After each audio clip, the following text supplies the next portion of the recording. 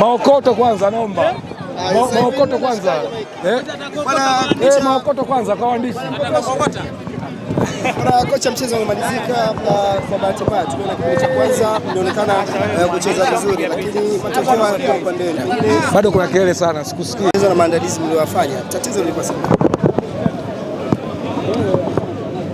Kwa upande wa kucheza, Yanga wamecheza vizuri na Coastal Union pia wamecheza vizuri, lakini tumepata matokeo ambayo hayakuwa mazuri.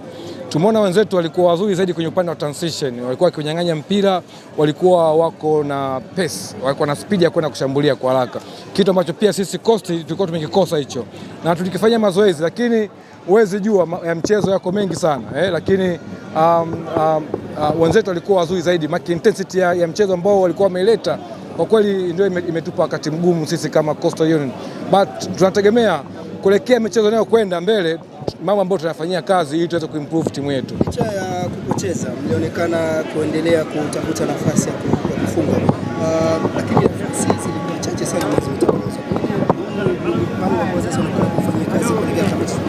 ndio mapungufu ambayo yamejitokeza. Tumepata nafasi chache hatujazitumia, lakini sasa tunaangalia namna gani tunaboresha tupate nafasi zaidi kwa michezo inayofuata.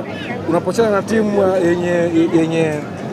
yenye kaliba kama ya Yanga, hauwezi kwenda ukajifungua kabisa na timu kama ya kwetu, ndio So plan ilikuwa tuweze ku manage angalau tutafute point moja, lakini wakipotea basi tupate point tatu, lakini wenzetu walikuwa wepesi zaidi, walikuwa wana movement nyingi zaidi, kwa hiyo wametumia nafasi ambazo zilipatikana, wamepata goli tatu.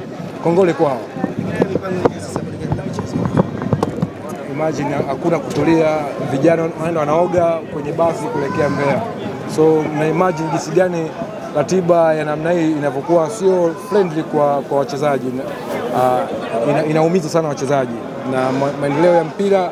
Kwa upande vilabu vidogo hivi tuna safari ndefu ya kufunga. Ratiba na mimi ni ngumu sana to be honest. Sawa, shukrani sana.